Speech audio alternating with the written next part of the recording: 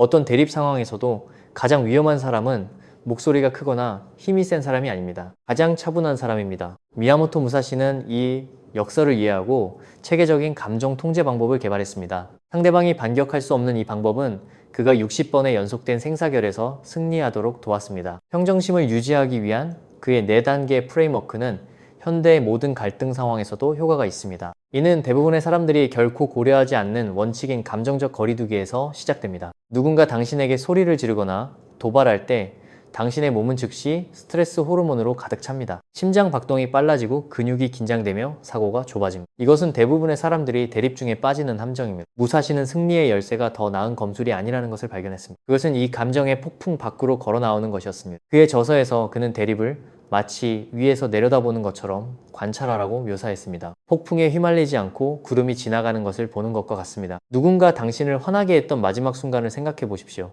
그 순간 당신은 분노 자체가 되었습니다. 당신의 말과 행동 그리고 생각은 모두 진정한 목표가 아닌 감정을 섬겼습니다. 이것이 바로 무사시의 상대들이 했던 행동입니다. 그들은 분노나 두려움 또는 자존심 자체가 되었습니다. 감정적 거리두기란 일어나는 일과 당신이 반응하는 방식 사이에 공간을 만드는 것을 의미합니다. 누군가 당신을 모욕할 때 즉시 반격하는 대신 감정이 솟아오르는 것을 알아차립니다. 나는 지금 분노를 느끼고 있다고 당신은 생각합니다. 나는 화가 났다가 아니며 이 작은 변화가 모든 차이를 만듭니다. 무사시는 정신적 자세를 유지하며 점점 더 위험한 상황에 직면함으로써 이를 연습했습니다. 사사키 코지로와의 가장 유명한 결투에서 그의 상대는 화가 나고 조급한 상태로 도착했습니다. 무사시는 의도적으로 늦게 도착하여 코지로를 더욱 좌절시켰습니다. 코지로가 분노 자체가 된 반면 무사시는 감정과 분리된 상태를 유지하며 대립을 명확하게 보았습니다. 이 기술을 개발하려면 간단한 연습부터 시작하십시오. 갈등 중에 강한 감정을 느낄 때 나는 분노를 느끼고 있음을 알아차린다고 말하십시오. 이것은 당신과 감정 사이에 작은 공간을 만들며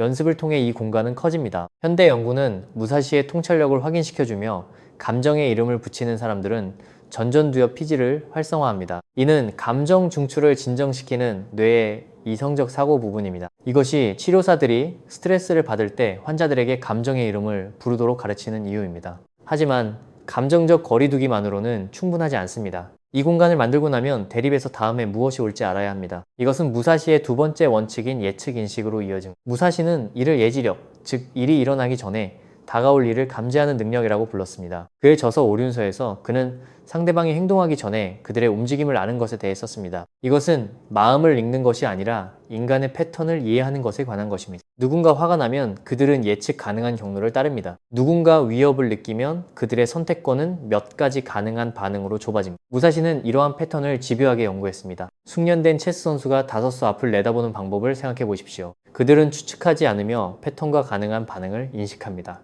무사시는 갈등 중 인간 행동에 이와 동일한 사고를 적용했습니다. 우리 몸은 갑작스러운 스트레스와 예상된 스트레스에 다르게 반응합니다. 대립이 기습할 때 몸은 한꺼번에 스트레스 호르몬을 쏟아내어 투쟁 도피 감정을 유발합니다. 하지만 도전을 예측할 때 당신의 뇌는 더 신중하게 준비합니다. 판단력을 흐리지 않으면서 집중력을 높이는 적은 양의 스트레스 호르몬을 분비합니다. 무사시의 가장 도전적인 결투에서 그는 사전에 상대를 연구했습니다. 그는 그들이 선호하는 기술과 기질 심지어 압박에 대처하는 방법까지 배웠습니다. 공격적인 사사키 코지로와 마주하기 전에 무사시는 나무 검을 깎았습니다. 그는 코지로의 유명한 장검보다 약간 더 길게 만들었습니다. 이것이 그에게 충분한 추가 도달 거리를 줄 것임을 알았기 때문입니다. 잠재적으로 어려운 대화에 들어가기 전에 30초 동안 3가지 질문을 해보십시오. 이 사람의 가능한 감정 상태는 무엇이고 이 상호작용에서 진정으로 무엇을 원하는가? 그들이 반응할 수 있는 3가지 가장 가능한 방법은 무엇인가 파악합니다. 이것이 효과가 있는 이유는 뇌가 패턴을 인식하도록 훈련하기 때문입니다. 모든 것을 비판하는 관리자는 당신의 새로운 제안도 비판할 가능성이 높습니다. 갈등을 피하는 친구는 당신이 민감한 문제를 꺼낼 때 화제를 바꿀 것입니다. 이러한 반응을 예측함으로써 감정적인 놀라움을 제거할 수 있습니다. 위험도가 높은 협상 중에 경험 많은 연방수사국 인질협상가들은 프로파일링에 시간을 할애합니다. 그들은 과거의 행동을 분석하여 반응을 예측합니다. 이러한 예지력 덕분에 그들은 다른 사람들이 당황할 때 평정심을 유지할 수 있습니다. 긴장을 완화시키는 단어와 전술을 선택하여 예측 가능한 상황으로 바꿉니다. 그러나 완전한 평정심을 유지하려면 3번째 중요한 요소가 필요합니다. 무사시 시스템의 3번째 원칙은 전략적 호흡입니다. 무사시는 전투 중 명료함을 유지하기 위해 호흡 조절이 필수적이라고 강조했습니다. 검사들이 두렵거나 화가 났을 때 호흡이 얕아지고 빨라진다는 것을 관찰했습니다. 무사시는 호흡을 통제하는 것이 마음을 통제하는 것을 의미한다고 가르쳤습니다. 당신의 호흡은 당신의 감정 상태와 직접적으로 연결됩니다. 차분할 때 당신은 천천히 깊게 호흡하지만 화가 났을 때 호흡은 빠르고 얕아집니다. 그러나 호흡하는 방식을 의도적으로 바꿈으로써 기분을 바꿀 수 있습니다. 빠르고 얕은 호흡은 당신의 교감신경계, 즉 투쟁 도피 반응을 촉발합니다. 느리고 깊은 호흡은 부교감, 신경계, 즉 휴식 및 소화 모드를 활성화하여 평온을 만듭니다.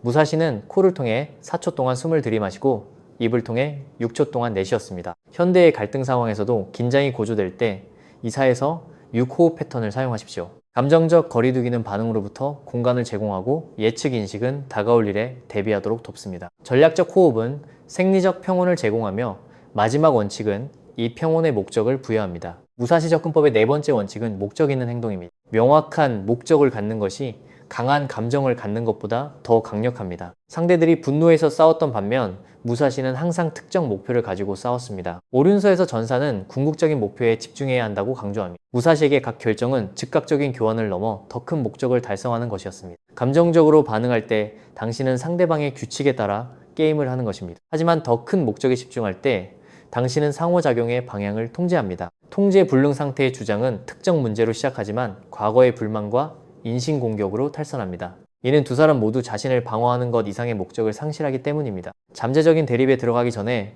명확한 한 문장으로 진정한 목표를 정의하십시오. 어떤 결과가 진정으로 나의 장기적인 목표에 도움이 될 것인가? 라고 스스로에게 물어보십시오. 감정이 고조될 때 마음속으로 목적을 조용히 반복하며 주의력에 닻을 만듭니다. 그러면 당신의 말과 행동은 즉각적인 반응이 아니라 이 목적에 부합하게 됩니다. 목적 있는 행동은 감정이 당신의 목적을 달성하는 데 기여함을 의미합니다. 감정적 거리두기 예측, 인식 전략적 호흡, 그리고 목적 있는 행동이 무사시 시스템의 정점입니다.